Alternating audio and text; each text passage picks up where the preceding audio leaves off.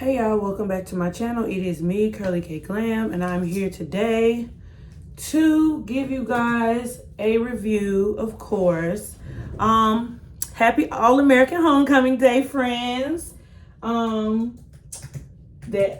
the season 2 of All-American Homecoming is now available on Netflix. I don't know why I'm promoting them like I'm getting paid, but I'm not. But I'm just happy for my All-American friends that we get to rewatch commercial free, because you know how long it take to watch an episode with commercials, especially when you gotta catch up. Gross. We thank God for streaming. That's what we do. We thank God for streaming because we don't have to watch commercials on Netflix. Won't he do it? So I am doing episode 3 today from season 2 simply because I realized when I was uploading my playlist on YouTube that I never did episode 3, and I don't know why. So I am reviewing episode 3 today, since you know we gonna have our All-American cast trending, you know what I'm saying? Because we gonna go back and rewatch some episodes so we can get a season 3. All right, won't he do it?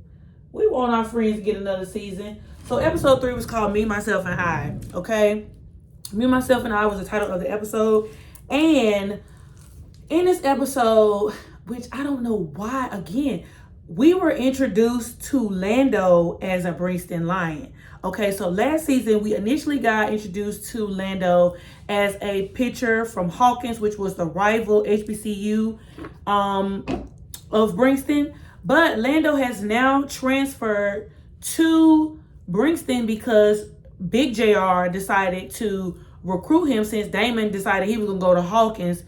Originally when, you know, Coach Marcus got, Coach Marcus left on medical leave. I was about to say Coach Marcus got fired or he got let go, but it was neither of the sort.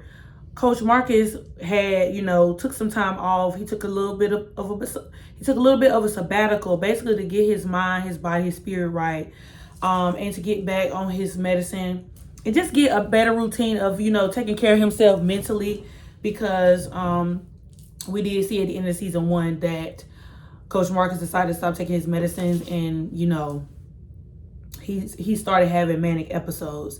And so of course Damon only came to Bringston because he wanted to rebuild the program with Coach Marcus. So at the time when Coach Marcus decided to take a sabbatical, Damon decided to transfer to Hawkins because he thought that, you know, the school was going to go down and close, of course, because you know, they had to do that fundraiser to help save Bringston. So it was a lot of factors that went into this episode. But coming on the coattails, Damon is still with Thea at this current present time.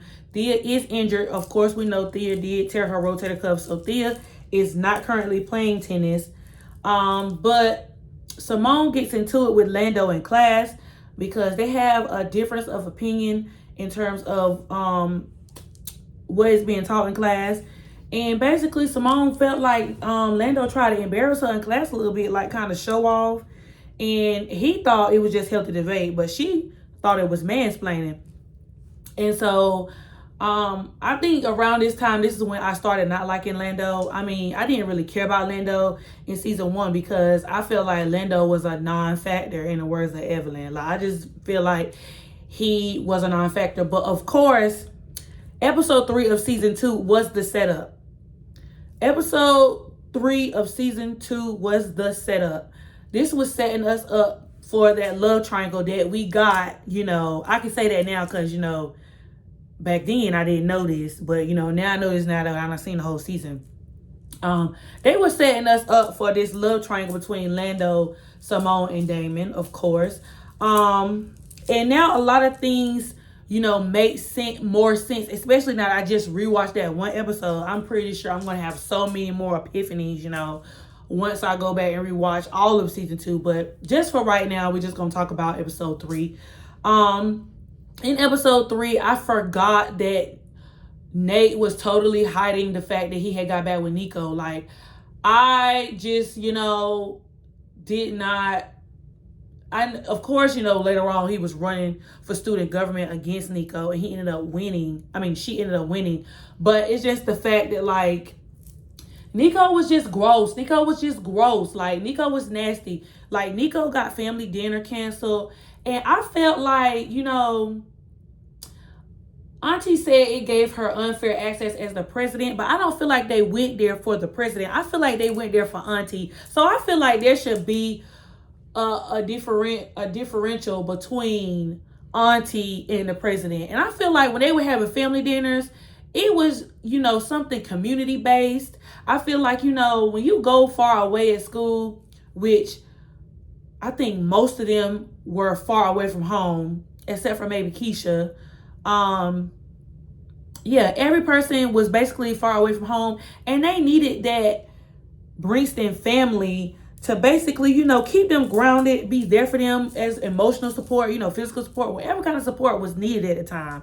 And Nico, of course, gonna put that post on Yard Yak, and Nate was asking Nico, like Nico was gonna tell the truth on whether or not, like, he posted a Yard Yak post or not. Of course, Nico is not gonna admit to doing it. Of course not.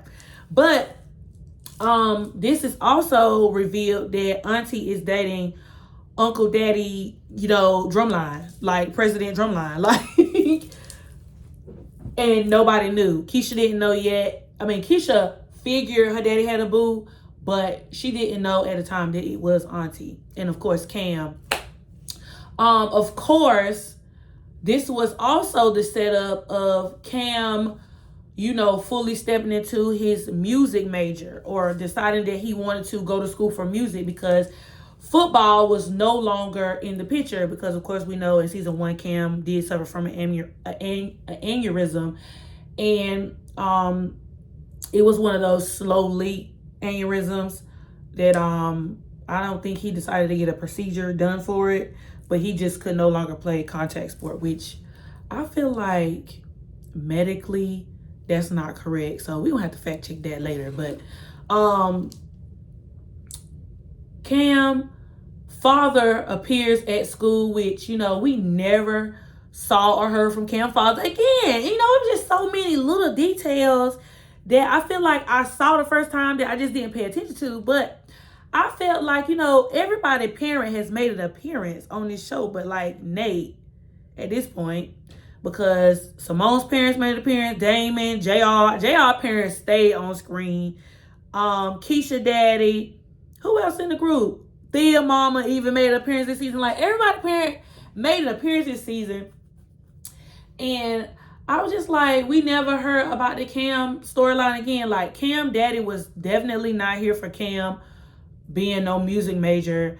Sometimes it's hard for, a parent to come around to what your true desire is, especially the arts. I feel like anytime it comes to the arts, that doesn't seem like a realistic job, when in fact, tons of people get paid for their art every day. Look, music artists, for one, like playwrights, writers on TV, like, a lot of people get paid for their art. Clothing designers, just anyway. Cam father was just not in agreement with his choice of music, and he was like, Cam, what is the plan? Like, what is the plan, Cam? We need a plan, because you're not finna be across country and we don't know how you're gonna pay for college, because I don't have a coin, Cam.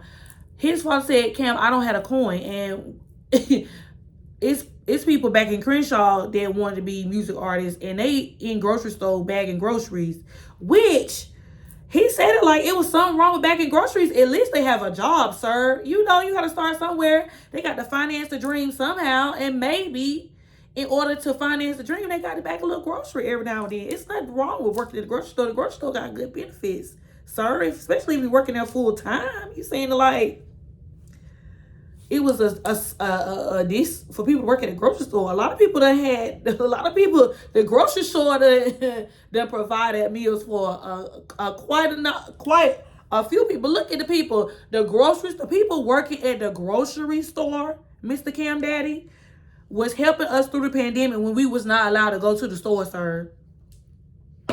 And they was the ones, while everybody else was trying to come to terms with if they had a job or not, because they didn't know if they was going back to office ever again. The people at the grocery store had a job, sir. Anywho, so Cam, Keisha daddy ended up going to meet Cam daddy and Cam at the restaurant, talk about Cam. And Cam basically had to decide on whether he was going to stand up to his father and be like, no, I'm not going back home. And I don't blame Cam, because no disrespect, but like sometimes, I feel like you do respectfully have to tell your parent, like, no, like, this is my life. These are the decisions that I have to come to terms with. This is my future. And then, like, suppose Cam did follow his daddy and never follow his dream, you know what I'm saying? And then he lived a life full of regrets because he did something based on what he wanted his daddy wanted him to do. I mean, you just have to respectfully decline and be like, no, I'm staying here. My future is here. I'm building a life here, and this is where I want to be. When it comes to college, I just feel like sometimes parents can't tell their children, what to major. And you got to just, listen and then be led to be like, no. You know what I'm saying? You can't just be like automatically no. Absolutely not. Like, it was given automatically, absolutely not. Like, that's what he was giving Cam. Also, another thing that I, just omitted was that this was the beginning of Keisha, going into her dance major. And I just realized, like, looking back now, like, I feel like All American fumbled the bag with Keisha dance storyline. Like, if we was going to make Keisha give up being pre-med to pursue a dance major and a dance career, the story, what happened? Like, what happened to the story? Because now Keisha got an incomplete in dance, like right now, currently in the All-American Homecoming universe.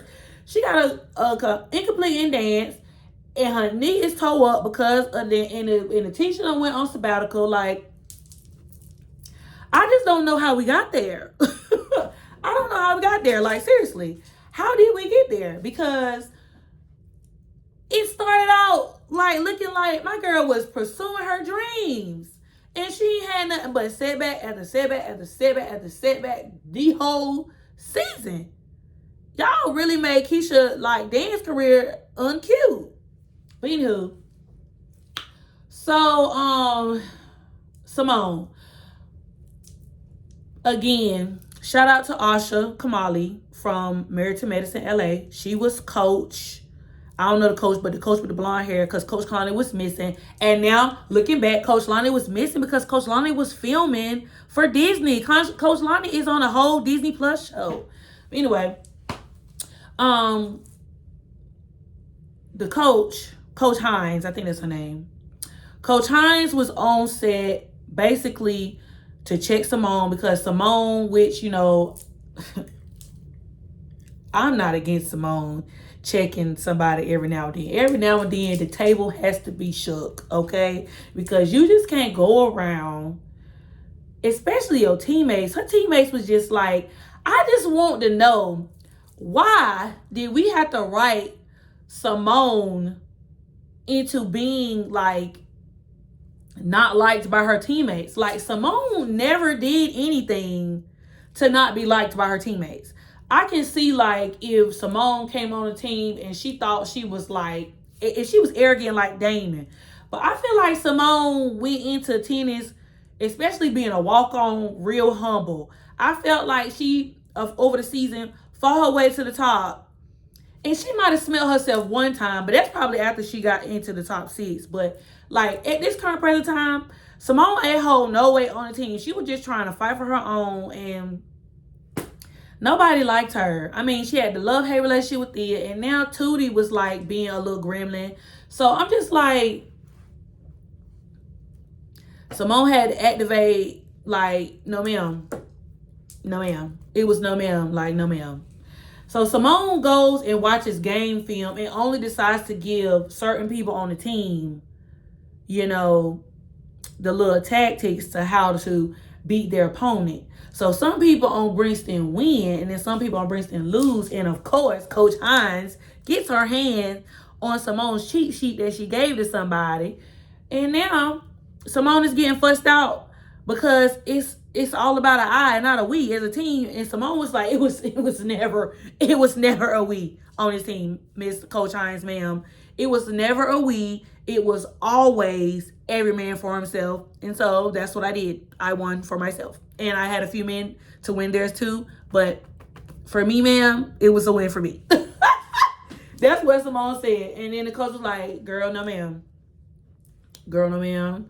That's not going to cut it. We are a team. Just because you win, Bringston overall lost the match. Thanks. Thank you. Because no. Because no.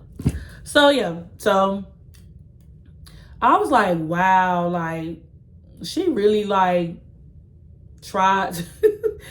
Coach Hines tried to real. So, then Damon, of course, looking back on it, of course, Damon is fighting for his spot as pitcher against Lando because Big JR decided to name Lando starting pitcher. I feel like out of spite for Damon because him and Damon was like two Rams clashing horns. I just don't know. Like, I don't know. Like, I'm like, I understand Damon was upset because, he had found out that Big JR was his daddy. And he felt like Big JR was the cause of him having to go his whole life, questioning his identity, which is a major thing. And I feel like, this is something that all kids who are adopted have to, come to terms with. I want to know where my real parents are. And I feel like All American stayed consistent with that storyline. Sometimes it might have been over dramatized, but they stayed consistent with the storyline. And so Damon told basically Big JR that he was gonna fight for his position back as starting pitcher because I ain't come here to sit on no bench. That's what Damon said. He said, I ain't come here to be number 2. I'm an MLB prospect. My name is Damon Sims. Recognize the Damon Sims, period. And so Coach Marcus ends up, I guess, talking Big JR into it. But Big JR tried to check Marcus and was like, I had your back, you didn't have mine. And I was just like, but sir, you was in the wrong, though. You was in the wrong, Big JR. Sorry, but you was in the wrong. Also, Big JR ended up having to humble himself and going to Coach Marcus and say, tell me about my son. And so I guess, that was his way in because, of course, looking back on it, Big JR ends up, letting go of his head coaching position and letting Marcus come back to be head coach of the team because that's what all the players wanted anyway. We are here for Marcus. Regardless of that trash storyline they try to throw him at the end of the season, we are here for Marcus. But yeah, so I just feel like, a lot of things were birthed in episode 3. And that's my synopsis. And what was the name of it? Me, Myself, and I. Damon was going through a me, myself, and I moment. Cam was going through a me, myself, and I moment. Simone was going through a me, myself, and I moment. Definitely Nate. Nate was going through me, myself, because Nate was trying to hide the fact from Keisha that she was dating Nico. And there's two sides to that because, of course, in the words of Damon, what does it even matter? You don't even gotta date him. But at the same time, Damon, you know how it is when you have a friend and you want the best for your friend. And sometimes I don't subscribe to the philosophy of support your friend regardless because I feel like that's toxic. Because why would I support my friend when my friend could be making a decision that's detrimental to their psyche? Like, I'm not going to support the decision to date Nico, but after Nico breaks your heart, I will be there to comfort you, even though I didn't agree with it. And I'm going to be there with you a whole step along the way. But that don't mean I got to agree with the relationship, because I don't. But I will support you, and I will be there for you when you need me. But if in terms of this decision, I do not support this decision, and I will not support this decision, and I will not support this decision. Especially when the person is toxic, and then come to find out, later on, Nico was sabotaging Nate and Simone, and it was a trickle down effect. No, absolutely not. But in terms like, sometimes people just don't want to hear the truth. Your friends just don't want to hear the truth because they're afraid they're going to be judged. But I just want the philosophy of the truth and judgment to be separated. It's one thing when somebody judges you, because quite frankly, in judgment, they're criticizing your decision. But there's truth that Nico was scum, and there was truth that Nico made Nate cry. And there was truth that it was for weeks. So if Keisha want to be the mama bear and protect Nate, I don't see nothing wrong with that. Everybody may have different opinions about that whole theory, but that's just the way I view it. Because all in all, like, point blank period, when it comes to like a child, a friend, a spouse, a partner, anything like that, if somebody do something to somebody you care about, you ready to throw hands, period. It just is what it is. And I guess Nico or Nate didn't want to come to terms with, whatever was coming forward. But all in all, Auntie stopped family dinners. She made an announcement that was the last family dinner. So hope they enjoyed their little dumplings. One thing also, and I think this is probably going to be the last thing that I noticed that I'm going to point out in this video, and feel free to comment down below, on anything that I said during the duration of this video. It was one thing Simone said in class with Nate, and I was just like, All-American, homecoming, writers, what happened to the storyline? Because it was two things, actually. One, Nate came in class and asked Simone what was up with Rome.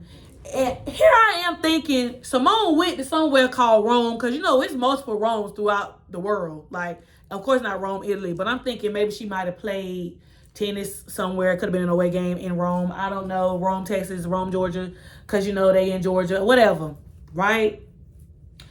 Rome is the tennis player she kissed on New Year's. And she was like, oh, nothing happened with Rome. So y'all just had her swap saliva with Rome, bring him up on the court when she's picking up balls or whatever, when she had to fetch the balls for to clean them up when practice was over. All of that All-American homecoming, for us not to see the relationship fail between her and Rome. So what was the point of bringing him on the show? I know it was just to be an extra or like a little side character, but why would y'all bring him up and then have him in a recurring role in the storyline of Thea and her rehabilitation for her shoulder, and y'all ain't even tackle what happened with him and Simone?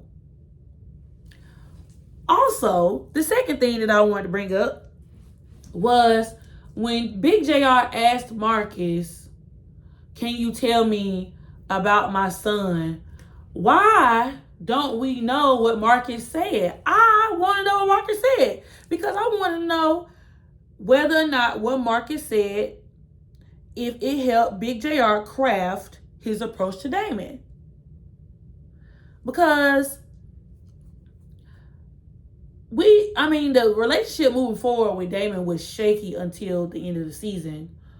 But we never know, like, we couldn't even get inside the mind of Big JR, like how he wanted to approach his relationship with Damon, because we never got to know what Marcus said to Big JR. We don't even know if Big JR had a conversation with Little JR about his approach on what he thought about Damon and him being the coach at Princeton. Because I'm sure, why would he not have a conversation with JR about it? It's a whole lot of moving parts involved with JR and Big JR and Celine's divorce that Lil JR was involved on. So why would he not be involved in his relationship moving forward with Damon?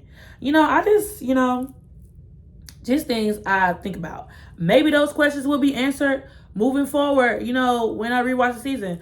But, it's just little things you notice during the second time watching. And most of the episodes that came out in season 2, I have not gone back and rewatched. Like, the week prior. You know, like when a new episode come out the following week, I never went back to watch the prior week's episode just to get, you know, reestablished. I never did that. So this rewatch on Netflix will be a full reestablishment, and I gotta decide on if I'm gonna go ahead and rewatch season 1, because, you know, I just don't know. But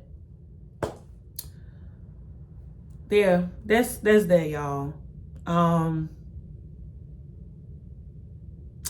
Yeah, y'all. So stay tuned for the rewatch series, because that's what I'm gonna give it a little rewatch. Stay tuned for the rewatch series.